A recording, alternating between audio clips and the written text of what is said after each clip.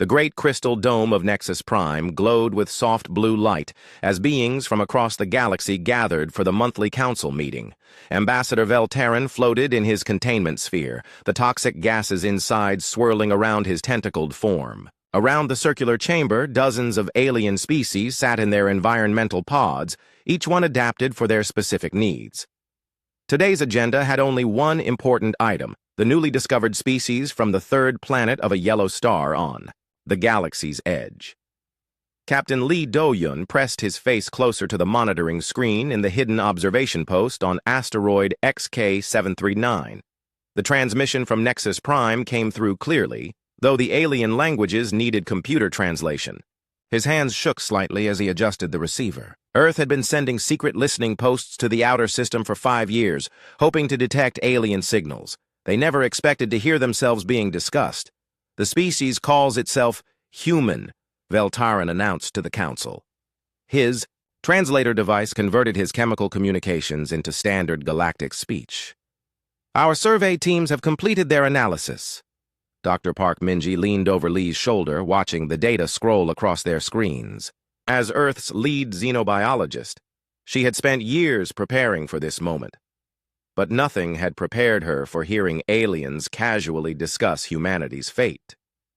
"Present your findings," commanded the council speaker, a massive crystalline being, whose voice rang like breaking glass. Velterran activated a holographic display showing Earth and its inhabitants. The humans are a carbon-based species with an average lifespan of only 70 to 80 standard years. They require a very specific atmospheric mixture and can only survive in a narrow temperature range. Most concerning, they have never left their home planet. Murmurs of dismissal rippled through the council chamber. Several species made sounds that the translation software marked as amused contempt. Lee gritted his teeth. Commander Kim Taemin had warned the observation team that alien first contact might not go as humans hoped, but hearing their entire species reduced to a list of weaknesses still stung. "Their technology shows promise," Velterran continued. "They have achieved basic spaceflight and established small stations around their planet. However, their longest space missions last only months, not years or decades. They appear to suffer significant physical and mental degradation during extended space travel." The hologram zoomed in to show human astronauts exercising on the International Space Station, their faces strained with effort as they fought against muscle loss and bone weakening. "Furthermore," the ambassador added, "they show no signs of the biological adaptations necessary for deep space colonization. No radiation resistance, no ability to enter suspended animation, no enhanced healing factors. They are, by all measures, a garden world species." Dr. Minji felt her heart sink. The term garden world species was not unknown to Earth scientists. Their intercepted alien transmissions had taught them that most spacefaring civilizations divided species into categories. Garden worlders were those who could never leave their home planets except for brief visits to space stations or nearby moons. "What is your recommendation?" asked the council speaker. "Standard restricted development protocols," Velterran replied without hesitation. "No direct contact until they demonstrate interstellar capability. Given their biological limitations, our xenobiologists estimate this will take approximately 500 of their years, assuming they ever achieve it at all." The council voted quickly. The decision was unanimous. Back on the observation post, Lee turned off the receiver and stared at the black screen. Commander Kim's voice crackled through the comm system from Earth. "Did you get all of that?" Kim asked. "Every word," Lee replied, his voice tight with anger. "They think we're stuck, here forever. What's our next move?" Dr. Minji asked, though she already suspected the answer. Kim's response came through clearly, carrying the determination that would soon spread across Earth. "We prove them wrong." 3 weeks later, an emergency session of the United Nations convened in New York. Representatives from every nation on Earth gathered as Commander Kim presented the alien transmission recordings. The chamber fell silent as the translations played, showing humanity exactly what the galaxy thought of them. Secretary General Morrison stood at the podium, his usually calm demeanor replaced by fierce resolve. "Ladies and gentlemen, we have just learned that we are not alone in the universe. We have also learned that our galactic neighbors have already decided our fate without consulting us. The recordings played again, Veltarin's dismissive words echoing through the assembly hall. They believe we are too weak, too fragile, too limited to ever leave our solar system. Morrison continued. They have classified us as a garden world, species, condemned to remain on Earth until we prove ourselves worthy of their attention. Angry murmurs filled the chamber. Representative Chen from China stood up. What evidence do they have for these claims? Dr. Minji approached the microphone. Their assessment is based on current human biology and our limited space exploration history. They're correct that we face significant challenges in deep space. Radiation exposure, bone loss, muscle atrophy, psychological stress from isolation. Then, how do we prove them wrong? Asked the Russian representative. Commander Kim stepped forward. We do what humans have always done when faced with impossible challenges. We adapt, we innovate, we refuse to accept their limitations. The plan that emerged from the 3-day session was ambitious beyond anything humanity had ever attempted. The Deep Space Initiative would unite Earth's resources in a single goal, establishing permanent human colonies beyond the solar system. Within 20 years, Kim outlined the 3-pronged approach. First, we develop generation ships capable of sustaining human populations for decades-long journeys. Second, we enhance human biology without losing what makes us human. Third, we train crews willing to spend their entire lives in space to prove that humans can thrive beyond Earth. The project would require unprecedented global cooperation. Every space agency, every major technology company, every research university would contribute. Traditional rivalries were set aside as humanity faced its first truly species-wide challenge. Dr. Minji found herself appointed as head of the Biological Adaptation Program. Her team's goal was to find ways to help humans survive deep space without fundamentally altering human nature. Gene therapy to improve radiation resistance. Exercises and medications to maintain bone density in zero gravity. Psychological training to handle isolation and confinement. Engineer Choi Hyebin led the generation ship design project. Her team had to create vessels that could sustain thousands of people for decades while traveling between stars. Everything had to be recycled, reused, and maintained by the crew. No resupply missions would be possible. The most challenging assignment went to pilot Kang Ji-won, who would select and train the first Trailblazer crews. These volunteers would leave Earth forever, dedicating their lives to proving that humans could survive and thrive in deep space. As news of the alien assessment spread across Earth, something unexpected happened. Instead of despair, humanity responded with determination.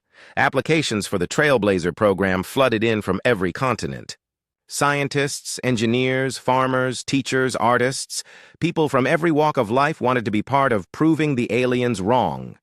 Lee, now promoted to lieutenant colonel, established additional listening posts throughout the outer solar system.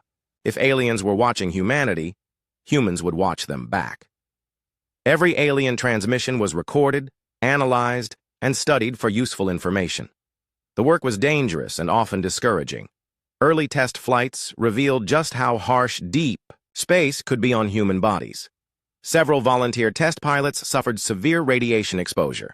Prototype life support systems failed catastrophically during testing, but each failure taught humanity something new. Each setback was followed by innovation and improvement. The generation ship designs evolved from barely functional vessels to sophisticated cities capable of sustaining human civilization indefinitely. Dr. Minji's biological adaptation program achieved breakthrough after breakthrough. Gene therapies that dramatically improved radiation resistance. Drugs that maintained bone density and muscle mass in zero gravity. Psychological training programs that helped crews handle the stress of permanent space travel. Most importantly, all these improvements worked with human biology rather than against it. Humans remained recognizably human, just better adapted for life among the stars. The aliens, monitoring from a distance, began to take notice. Their instruments detected increased activity in the human solar system. New ships appeared, larger and more sophisticated than anything humans had built before. Deep space sensor networks detected human vessels traveling farther from Earth than ever before. But the Galactic Council was not concerned. Garden world species often had brief periods of increased space activity before settling back into planetary existence. The humans would push themselves to their biological limits, fail, and retreat back to their home world. They had seen it happen dozens of times before. As the first-generation ships neared completion, Commander Kim stood in the observation deck of the construction station orbiting Earth. 3 massive vessels floated in the distance. 6 months had passed since the world learned of the alien assessment. The hidden construction yards above Earth buzzed with activity as humanity's greatest engineering project took shape. 3 massive generation ships hung in orbit like metal cities, their hulls gleaming under the distant sun. Engineer Choi Hyeben floated through the central corridor of the lead ship, New Horizon, checking systems that would have to work perfectly for decades. At 32, she had already revolutionized spacecraft design by thinking beyond traditional limitations. Where other engineers saw problems, she saw opportunities for innovation. The hydroponics bay is showing green across all sectors, reported her assistant through the comm system. Water recycling is at 99.8% efficiency. Hyeben smiled, pushing herself toward the agricultural section. The aliens thought humans were too dependent on Earth's environment to survive. In space, her ships would prove them wrong by creating completely self-contained ecosystems that could sustain human civilization indefinitely.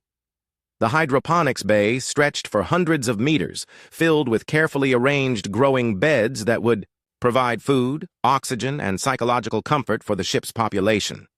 Unlike the sterile metal corridors, this section felt alive with green plants and flowing water. "We're not just building ships," she told her team during the daily briefing. "We're building new worlds that happen to travel between stars."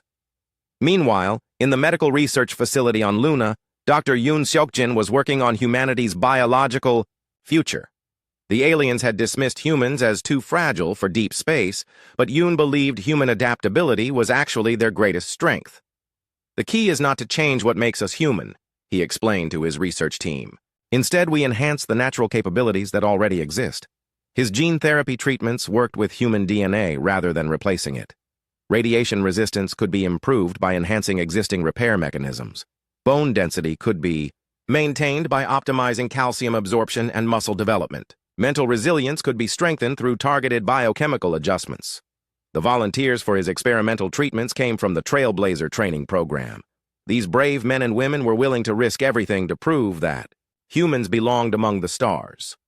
Pilot Kang Ji-won supervised their training at the Deep Space Academy, built inside a massive rotating station that could simulate various gravity conditions. At 28, she was one of the youngest test pilots ever to qualify for interstellar missions, but her innovative approaches to space navigation had earned her respect throughout the program.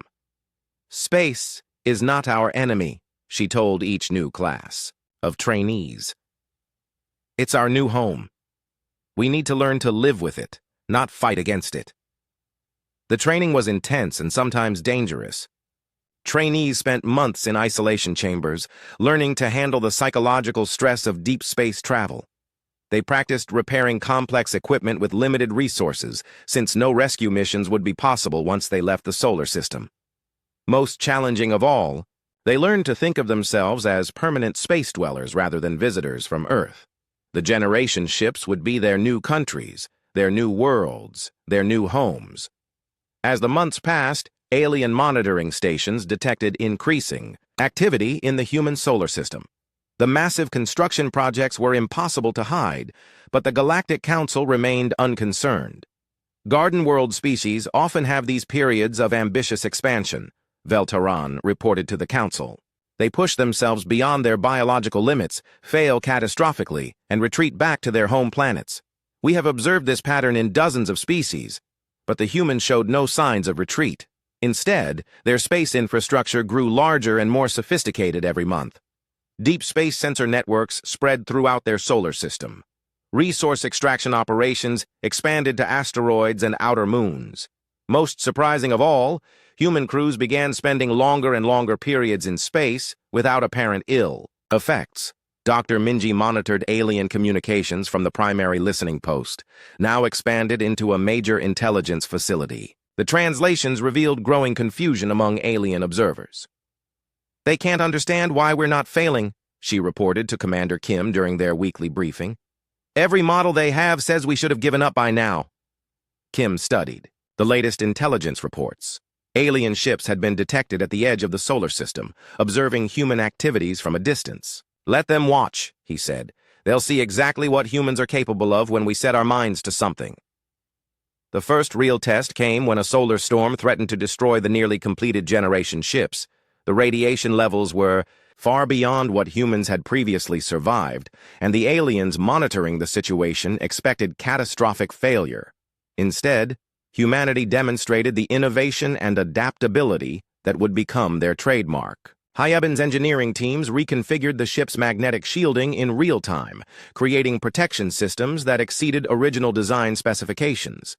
Dr. Yoon's enhanced crews worked in conditions that should have been lethal. They're improved radiation resistance, allowing them to complete repairs that saved all 3 vessels. When the storm passed, the generation ships were not only intact, but improved. The emergency had forced innovations that made them even better suited for deep space travel. "Remarkable," whispered an alien observer, transmitting back to the Galactic Council. "The humans not only survived conditions that should have killed them, they used the crisis to improve their capabilities. But the most important developments were happening inside the ships themselves. The Trailblazer crews were learning to live as permanent space dwellers, creating new cultures and traditions adapted for life among the stars. Families formed among the crew members, with children born and raised in zero gravity showing remarkable adaptation to space conditions. Educational systems evolved to teach skills needed for multi-generational space travel. Art and music flourished as crew members found ways to express their hopes and dreams for humanity's future among the stars. The ships became more than vehicles. They became new branches of human civilization. Dr. Minji spent time aboard each generation ship, studying how the crews adapted to their new environment. What she found amazed her. Rather than deteriorating under the stress of space travel, many crew members seemed to thrive. The enhanced medical treatments helped, but the real key was human psychology, the drive to explore, to build, to create something new. "We're not just surviving in space," she told Commander Kim after her latest inspection tour.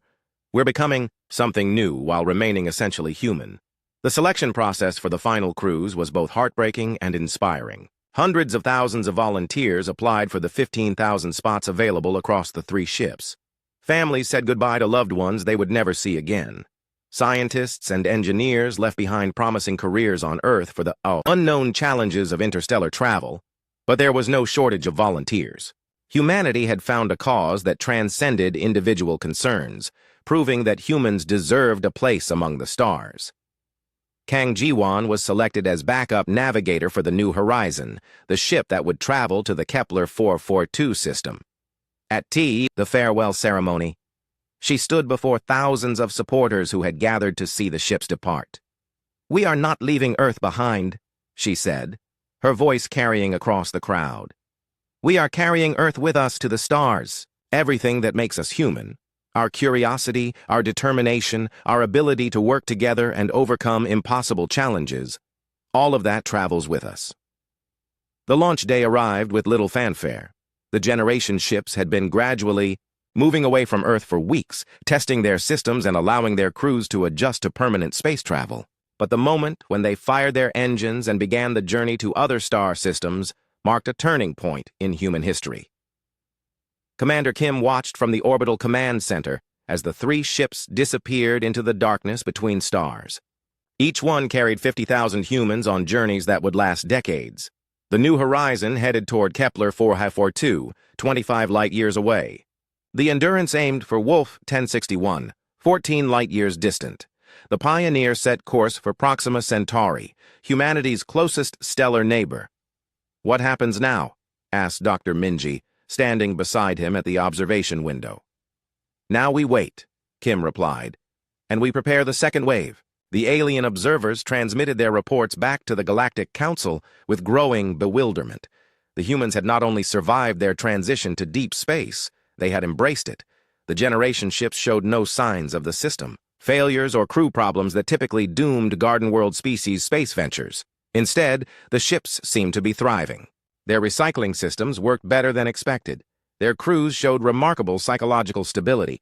Most shocking of all, children born on the ships appeared to be even better adapted to space travel than their parents.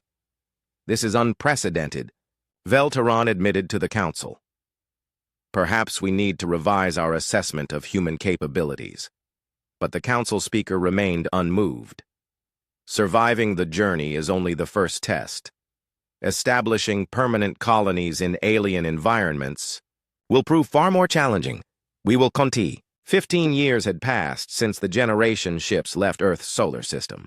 The New Horizon drifted through the dark space between stars, its hull scarred by countless micrometeorite impacts, but still strong. Inside the massive vessel, 50,000 humans had built a thriving society unlike anything that had ever existed. Captain Song Minho floated in the observation deck, watching the distant stars that had barely changed position during his entire life. Born on Earth but raised on the ship since age 5, he understood space travel in ways that even the original Trailblazers could not. This was not just his workplace or his temporary home. This was his world. Captain, we're detecting unusual readings from the primary fusion reactor, reported Chief Engineer Bay Susie through the communication system. Her voice carried the calm confidence that came from 15 years of solving impossible problems with limited resources. Minho pushed off from the observation window and glided through the ship's corridors toward the engineering section. The New Horizon had been designed to be completely self-sufficient, but 15 years of continuous operation had stressed every system beyond its original specifications.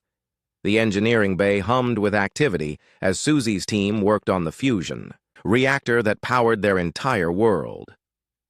At 28, she was the granddaughter of the original ship designer, Choi Hyebin, and had inherited both her grandmother's innovative spirit and her deep understanding of the ship's systems.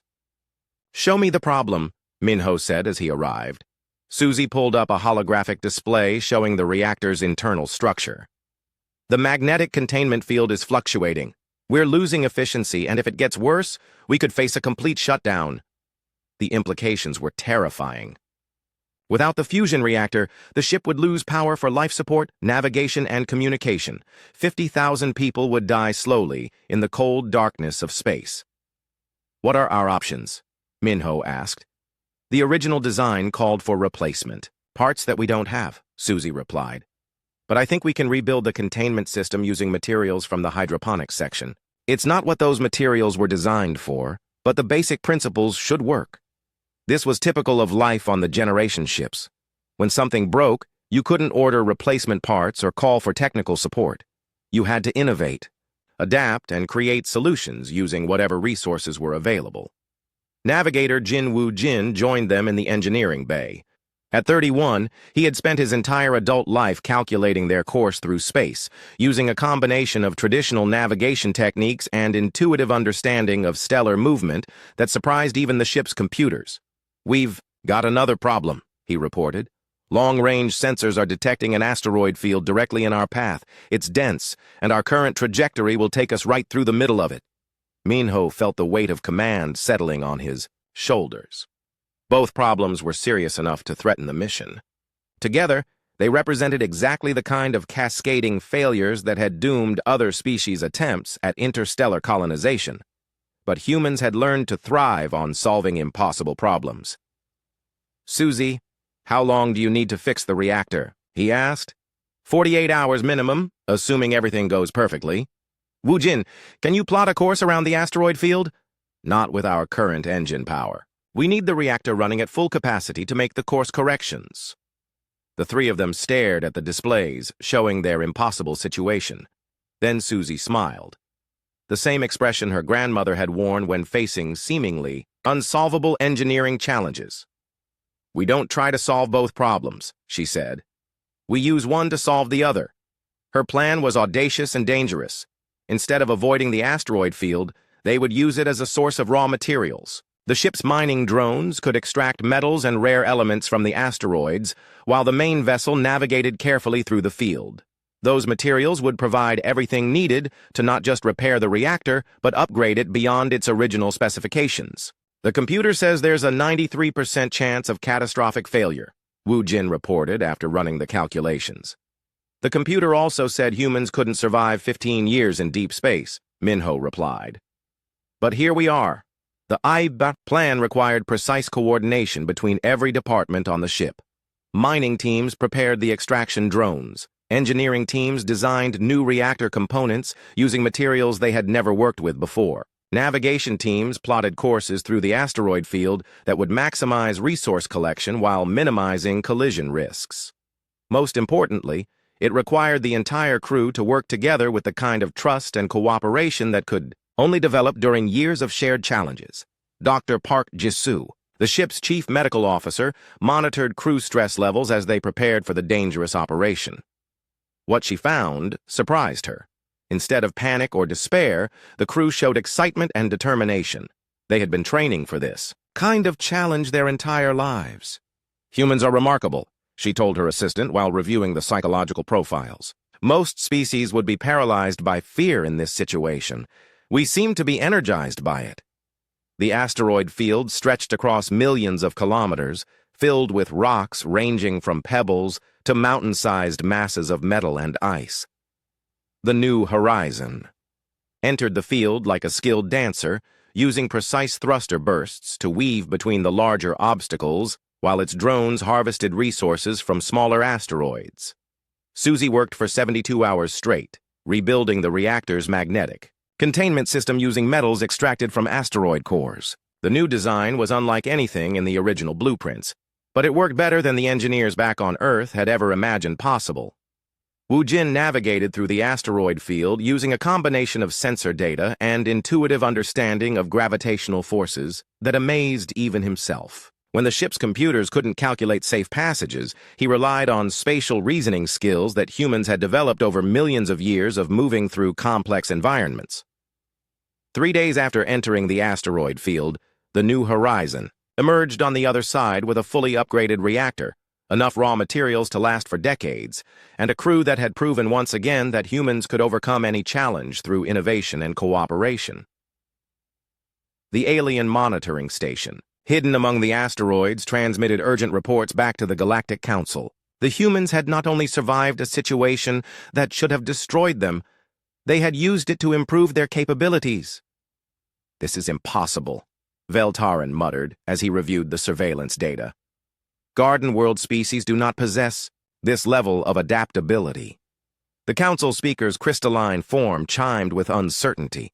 Perhaps our classification system requires revision. But the most shocking discovery was yet to come. Children born and raised on the generation ships showed capabilities that exceeded even their enhanced parents. They moved through zero gravity with natural grace, understood three-dimensional navigation intuitively, and demonstrated problem-solving skills that seemed almost supernatural. 12-year-old Kim Siwoo floated through the ship's educational center, solving engineering problems that would challenge university graduates back on Earth. Like other shipborne children, he thought in 3 dimensions, understood complex systems intuitively, and approached problems with the fearless creativity that came from growing up in an environment where innovation was essential for survival. "The children are becoming something new," Dr. Park observed as she studied their development. "Still human, but adapted for life in space in ways we never anticipated." The generation ships had become more than vehicles carrying humans to other worlds. They had become environments where humanity was evolving, not through genetic manipulation, but through the natural adaptability that had always been their greatest strength. Communication with Earth remained possible through quantum entangled message systems, though the time delay meant that conversations took months. The reports from the generation ships amazed and inspired everyone back in the solar system. Humanity was not just surviving the journey to other stars, they were thriving, innovating, and becoming something greater than they had been before. Commander Kim, now in his 70s, read the latest reports from his retirement home on Luna. The 3-generation ships were all performing beyond expectations, their crews healthy and confident as they approached their destination star systems. "They said we couldn't do it," he told his aide while reviewing the status updates. "They said humans were too fragile, too limited, too dependent on Earth to ever become a spacefaring species." Through the dome window, he could see the construction yards where humanity's second wave of generation ships was taking shape. These new vessels incorporated lessons learned from the first ships, along with innovations developed during the 15-year journey. "But we're not the same species that left Earth 15 years ago," he continued.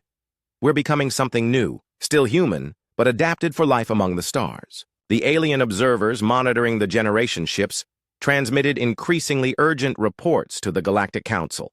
The humans were approaching their destination systems with capabilities that exceeded every prediction. Their ships were in better condition than when they left Earth. The New Horizon entered orbit around Kepler 442b after 17 years of interstellar travel. Captain Song Minho stood in the command center, watching the planet slowly rotate beneath them.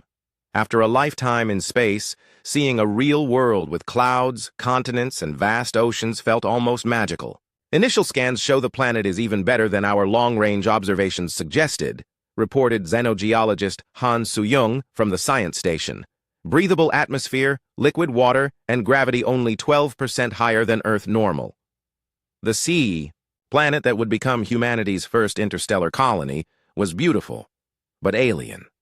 Purple vegetation covered vast continents. Strange crystalline formations jutted from mountain ranges. The oceans shimmered with colors that had no names in human languages. Colony Administrator Lim Jae-ha coordinated the landing operations from the ship's administrative center. At 45, he had spent half his life preparing for this moment. The responsibility of establishing humanity's first foothold among the stars weighed heavily on his shoulders. "First wave of colonists will establish the primary base near the equatorial continent," he announced to the department heads. "We'll start with basic infrastructure, power generation, water processing, and atmospheric processors for the enclosed habitats." The landing shuttles descended through the alien atmosphere like seeds from humanity's future. Each carried equipment and supplies that had been carefully planned during the 17-year journey. Nothing could be replaced if it broke, so every component had been designed for durability and repairability. The surface of Kepler 442b proved even more surprising than the orbital scans had indicated. The soil contained mineral compositions that made Earth crops grow better than they had in the ship's hydroponics bays. The native plant life showed no signs of toxicity to humans and actually seemed to complement human agricultural efforts. "It's like the planet wants us here," Soo-young reported after her first week of surface exploration. "The ecosystem is stable enough to support our presence without major terraforming efforts." But the most remarkable discovery came when the colonists began construction of their permanent settlement. Human engineering techniques, adapted and improved during the long space journey, worked better on this alien world than traditional methods would have worked on Earth. The colony that grew over the following months defied every alien prediction about human limitations. Instead of struggling to survive in an alien environment, the humans thrived. They established New Sol, a settlement that combined the best of human technology with clever adaptations to local conditions. Solar collectors used the planet's slightly brighter star to generate more power than equivalent systems on Earth. Water purification systems worked with local minerals to create better drinking water than most Earth cities provided. Agricultural systems produced food surpluses by working with native soil bacteria that enhanced crop growth. 3 months after the first landing, something unexpected happened. Long-range sensors detected an approaching spacecraft that clearly was not human in origin. Communications officer No Tai-hyung monitored the alien vessel from the colony's communications center. The ship was elegant and advanced, but also clearly observational rather than aggressive. It maintained a careful distance while scanning the human settlement. "They're trying to communicate," Tai-hyung reported to Administrator Lim. "Broad spectrum, radio signals in what appears to be a mathematical progression." Lim authorized first contact protocols that had been developed during the journey. Humanity had always known this moment would come eventually. The question was whether the aliens would approach as friends, enemies, or something in between. The first exchange was simple. mathematical concepts that any technological civilization would understand. Prime numbers, geometric ratios, basic physical constants. Within hours, both sides had established a primitive translation protocol. "This is Research Vessel Enlightenment of the Hegemony Science Division," came the first translated message. "We are here to study the anomalous human settlement." Taehyung consulted with Lim before responding. They had detected no weapons on the alien vessel, and its behavior suggested scientific rather than military intentions. After brief consideration, Lim authorized a response. "This is New Sol Colony, representing humanity's first interstellar settlement. We welcome peaceful contact and scientific exchange." The alien response revealed both surprise and condescension. "You are the Garden World species from the restricted system. How did you achieve interstellar travel?" Over the following days, a careful dialogue developed between the human colony and the alien research team. The aliens, who called themselves the Velkari, were members of the same hegemony that had originally classified humanity as Garden World bound. Research leader Thisara materialized in the colony's communications center through a holographic projection system. The alien appeared vaguely humanoid, but with elongated limbs, pale blue skin, and large eyes adapted for low-light conditions. "Your presence here contradicts all our models of Garden World species capabilities," Thisara admitted. "Through the translation system, our council classified your species as incapable of interstellar colonization." Administrator Lim smiled politely. "Your council was mistaken. Humanity has successfully established colonies in 3-star systems. This is just the first." The aliens' reaction was visible even through the holographic projection. "3 systems? That is impossible. Our monitoring stations detected only experimental launches from your homeworld." "Your monitoring stations were observing our first wave," Lim replied. "We have learned much about discretion from studying your surveillance methods." What followed was a series of revelations that shook the alien research team's understanding of human capabilities. The colony was not struggling to survive as expected. It was thriving. The humans had not only adapted to an alien environment, but were actively improving it. Su Young led tours of the agricultural areas, showing how human farming techniques enhanced native soil productivity. "We don't fight against local ecosystems," she explained to the amazed alien observers. "We work with them to create something better than either could achieve alone." The aliens were particularly stunned by the human children who had been born during the journey and were now exploring their new world. These space-born humans moved with grace in the planet's higher gravity, understood 3-dimensional problem-solving intuitively, and showed no signs of the psychological difficulties that typically affected Garden World species during environmental transitions. "Your offspring appear to be thriving in conditions that should be highly stressful," Thisara observed during a visit to the colony's educational center. "Humans adapt," replied teacher Park Minwoo, watching his students play games that involved complex spatial reasoning. "Especially our children. They don't see this as an alien world. To them, this is just home." The real shock came when the aliens requested permission to study human biological anomalies. They expected to find evidence of extensive genetic modification or technological enhancement that explained humanity's unexpected success. Instead, they discovered that humans remained essentially unchanged from their Earth baseline. The enhancements developed during the journey were minimal and worked with existing human biology rather than replacing it. "How is this possible?" Thisara asked Dr. Yu Hyunwoo, the colony's chief medical officer. "Our models indicate that Garden World species require extensive biological modification to survive interstellar colonization." Dr. Yu reviewed the medical data on his screen. "Perhaps your models are based on incorrect assumptions. Humans evolved as generalists. We adapt to new environments through behavior and technology rather than biological specialization." The alien research team transmitted urgent reports back to the Galactic Council. Everything they thought they knew about biological limitations for space colonization was being challenged by a species they had dismissed as fundamentally incapable. But the humans were not content to simply prove alien assumptions wrong. They began offering assistance to the research team, sharing innovations and techniques that could benefit other species. "We have developed water purification methods that work with a wide variety of mineral compositions," offered engineer Kim Do-young during a technical exchange session. Your species might find them useful for your own colonial efforts. The aliens accepted the information reluctantly, surprised by human willingness to share advanced technologies with strangers who had originally dismissed them. Over several months, the relationship between the human colony and the alien research team evolved from suspicious observation to cautious cooperation. The aliens provided star charts and information about galactic civilization. The humans shared their innovations in colonial technology and adaptive engineering. Most importantly, the humans demonstrated that successful interstellar colonization did not require the biological specialization that had limited other species for millennia. Administrator Lim stood on the observation deck of the colony's central tower, looking out over New Seoul as it grew from a small outpost into a thriving city. In the distance, human and alien researchers worked together on projects that would benefit both species.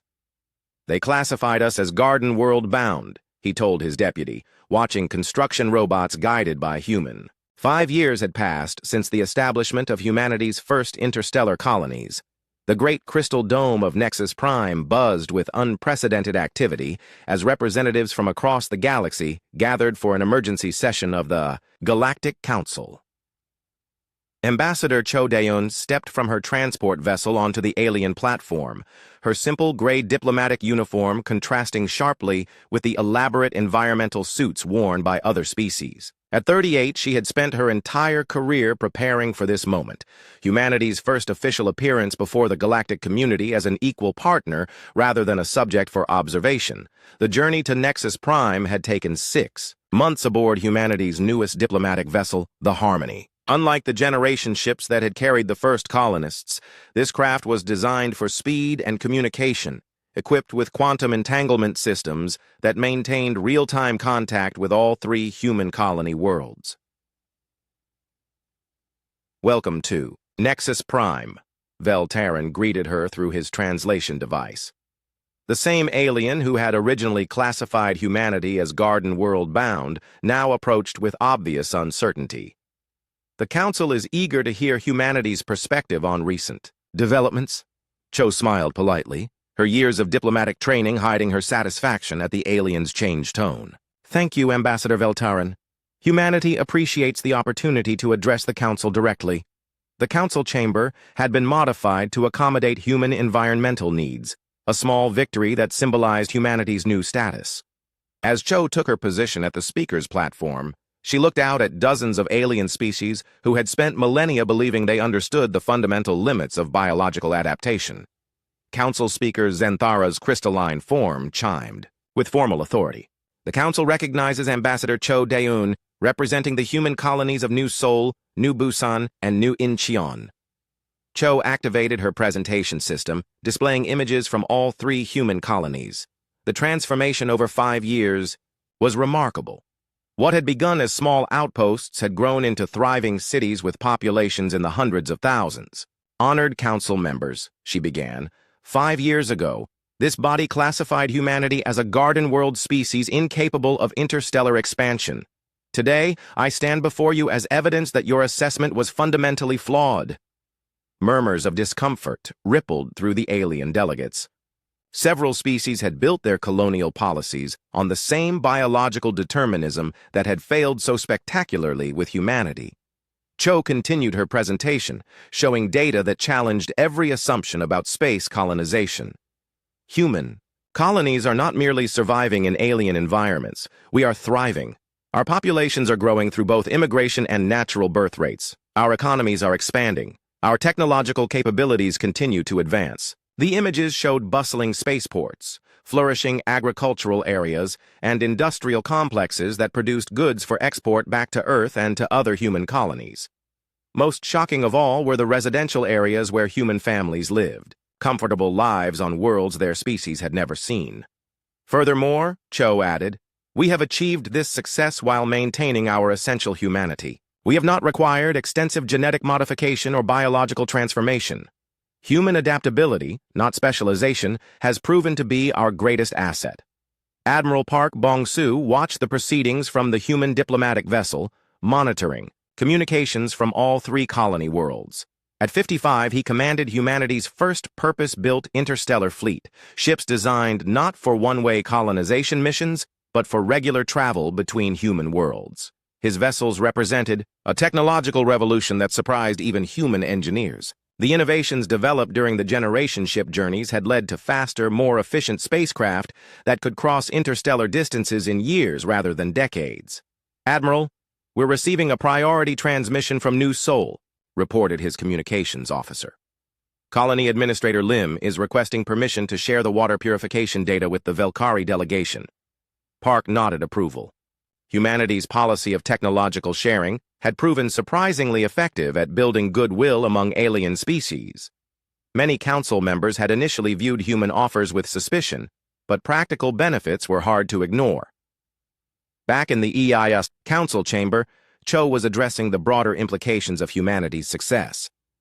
The council's classification system assumes that biological specialization is necessary for interstellar expansion.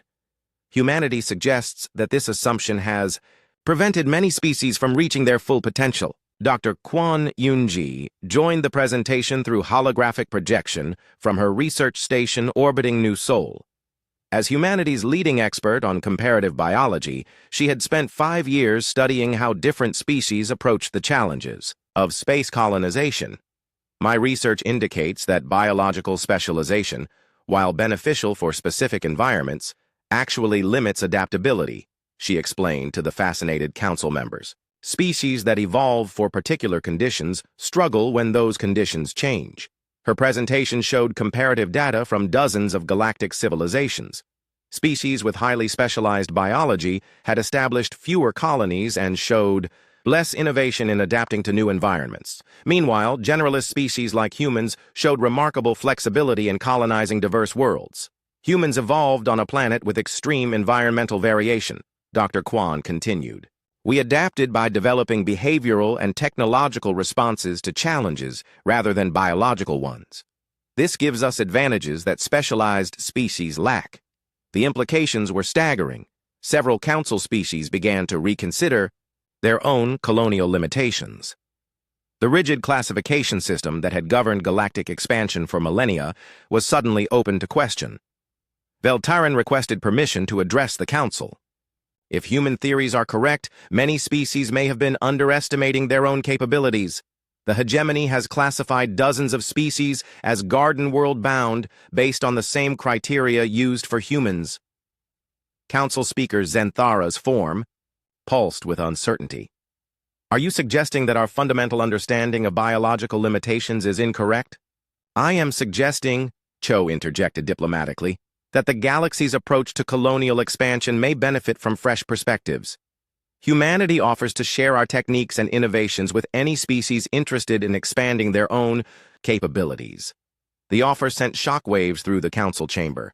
Species that had accepted their limitations for thousands of years suddenly saw new possibilities. The technological and biological innovations that had enabled human success could potentially benefit everyone. Over the following days, private meetings between human diplomats and various alien delegations revealed the depth of interest in human colonial methods. The Thylar Confederation, classified as limited expansion capable, requested detailed information about human terraforming techniques. The Zephyrian Republic, restricted to high-gravity worlds, wanted to study human adaptation methods. Most significantly, several species began to question whether their own biological limitations were real constraints or simply assumptions that had never been properly tested. Dr. Kwon's research facility became a pilgrimage site for alien scientists eager to understand how humans had overcome supposedly insurmountable biological barriers. Her team worked around the clock to share research, with dozens of species simultaneously. "The key insight," she explained to a group of Velkari researchers, "is that survival in space depends more on problem-solving ability than on biological perfection. Humans succeed because we approach each challenge as a problem to be solved, rather than a limitation to be accepted." The paradigm shift extended beyond biology to technology and social organization.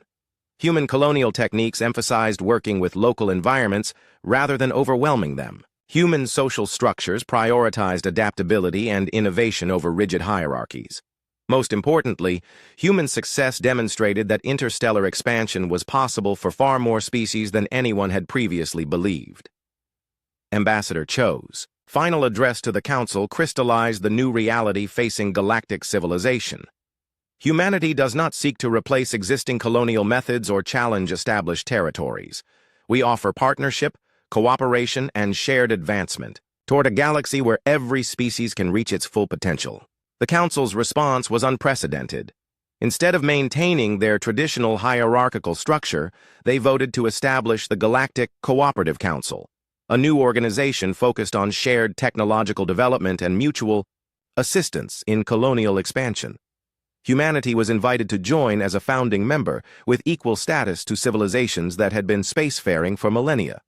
The transformation was not without resistance.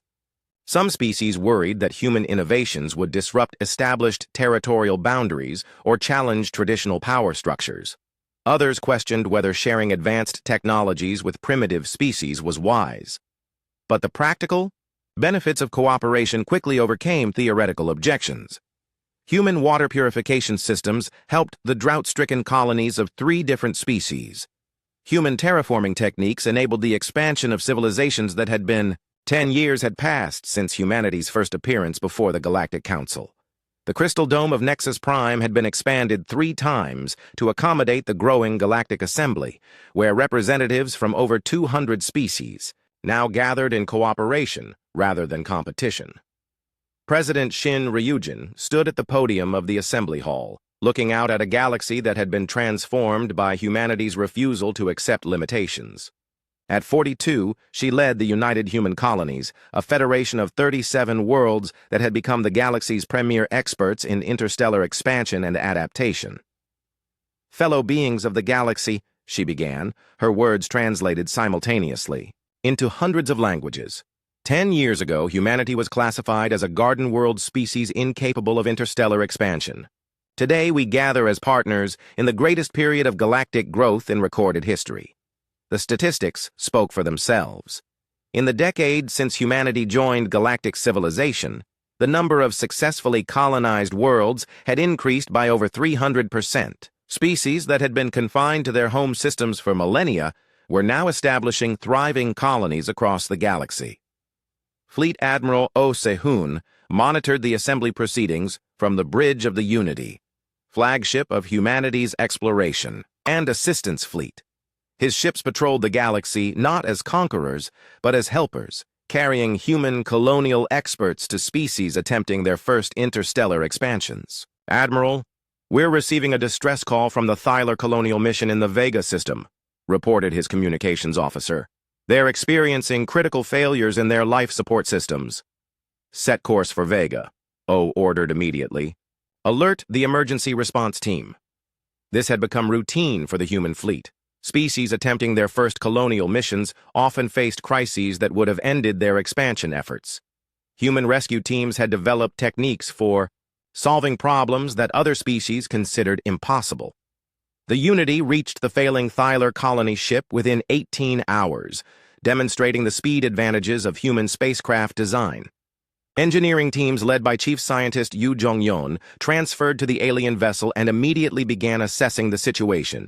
Their life support system is failing because they're trying to replicate their home world atmosphere exactly, Jong-yeon explained to Admiral Oh through the communication link. They never considered that adaptation might be easier than replication. Within 6 hours, human engineers had redesigned the Thylar life support system to work with local atmospheric conditions rather than fighting against them. The colony ship that had been hours from catastrophic failure was soon operating more efficiently than it had during its entire journey. How do you solve problems so quickly? Asked Thyler engineer Vex Thon through the translation system. We expect problems, replied human technician Lee Chanwoo. Every challenge is just another puzzle to solve. We learned long ago that adaptation is more effective than resistance. This philosophy had become humanity's greatest contribution to galactic civilization. The rigid thinking that had limited other species for millennia was giving way to flexible, problem-solving approaches that opened new possibilities for everyone. Back at the Galactic Assembly, President Shin was announcing humanity's latest initiative, The Human Colonial Training Program will now accept participants from any species interested in expanding their interstellar capabilities. We offer not just technical knowledge, but a new way of thinking about the challenges of space colonization. The program had become incredibly popular. Young beings from dozens of species traveled to human worlds to learn adaptation techniques, flexible engineering, and the kind of creative problem-solving that had made human expansion so successful. Dr. Moon Chan-hee, director of the training program at New Seoul University, had welcomed over 10,000 alien students in the past 5 years. The most important lesson we teach is not any specific technique, he explained to new arrivals. It's the understanding that limitations are usually assumptions that can be challenged. His students learned by working on actual colonial projects alongside human engineers and scientists. They discovered that many impossible challenges became manageable when approached with human-style adaptability and innovation. The transformation was not limited to colonial expansion. Human diplomatic methods had revolutionized galactic politics. Instead of the hierarchical council system that had governed for millennia, the new assembly operated on principles of cooperation and mutual assistance. Ambassador Park Ji-yo had been instrumental in developing the new diplomatic protocols. Traditional galactic diplomacy was based on rigid hierarchies determined by technological advancement and territorial control, she explained to a gathering of diplomatic trainees. Human diplomacy emphasizes mutual benefit and shared problem-solving. The Yambaru results were remarkable. Conflicts that had simmered for centuries were resolved through human-mediated negotiations that focused on finding solutions rather than determining winners and losers. Trade relationships flourished as species shared technologies and resources instead of hoarding them. Most surprisingly, many alien species discovered capabilities they never knew they possessed. The Zephyrian Republic, once confined to high-gravity worlds, successfully established colonies on low-gravity moons using human adaptation techniques. The Velkari hegemony, limited by their specialized biology, learned to use human-designed environmental suits to expand into previously inaccessible environments. Chief Scientist Yu Jongyeon had become the galaxy's leading expert on cross-species adaptation. Her research station orbited the joint human-alien research world of Harmony, where scientists from 50 different species worked together on projects that benefited everyone. The old model assumed that each species was limited by their evolutionary biology, she explained during a pan-galactic scientific conference. We've discovered that almost every species has far greater potential than they realized. They just needed new approaches to unlock that potential. Her research had produced breakthrough after breakthrough. Atmospheric processors that could adapt to any species' needs. Life support systems that could maintain multiple environment types simultaneously. Transportation systems that accommodated beings with radically different physical requirements. But the most important discovery was psychological. Species that had accepted limitations for millennia were learning to think beyond those constraints. The galaxy was experiencing a renaissance of innovation and exploration that surpassed anything in recorded history. The transformation was visible everywhere. New trade routes connected previously isolated worlds. Joint research projects solved problems that had challenged individual species for centuries. Cultural exchanges enriched civilizations that had been stagnant for millennia. At the Memorial Garden on Earth, a simple monument honored the original Trailblazers who had first carried humanity to the stars.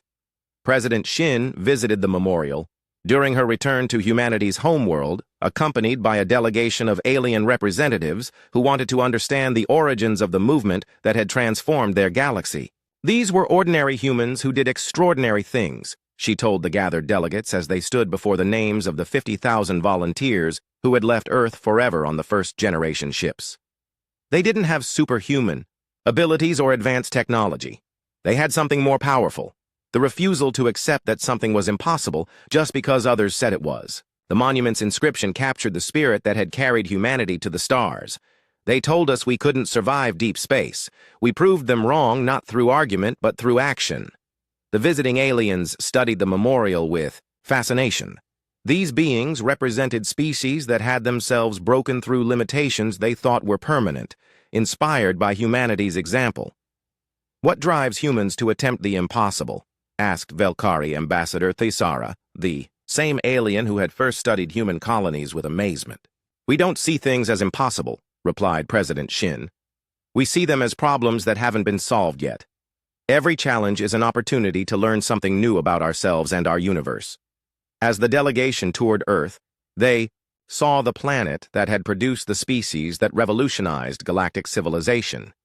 It was a world of incredible diversity, from frozen polar regions to scorching deserts, from deep ocean trenches to high mountain peaks. Humanity had evolved not by specializing for one environment, but by learning to adapt to all of them. "Your homeworld explains much about human adaptability," observed Zephyrian scientist Korana. "Most species evolve on worlds with stable, uniform conditions. Humans learn to thrive in chaos and change."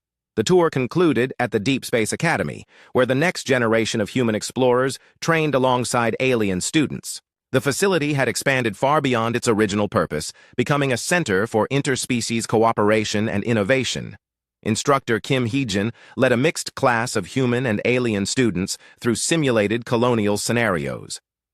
"Today we'll practice establishing a life support system on a methane world using only materials available locally," she announced. The students worked in mixed teams, humans and aliens learning from each other as they solved the challenge. The solutions they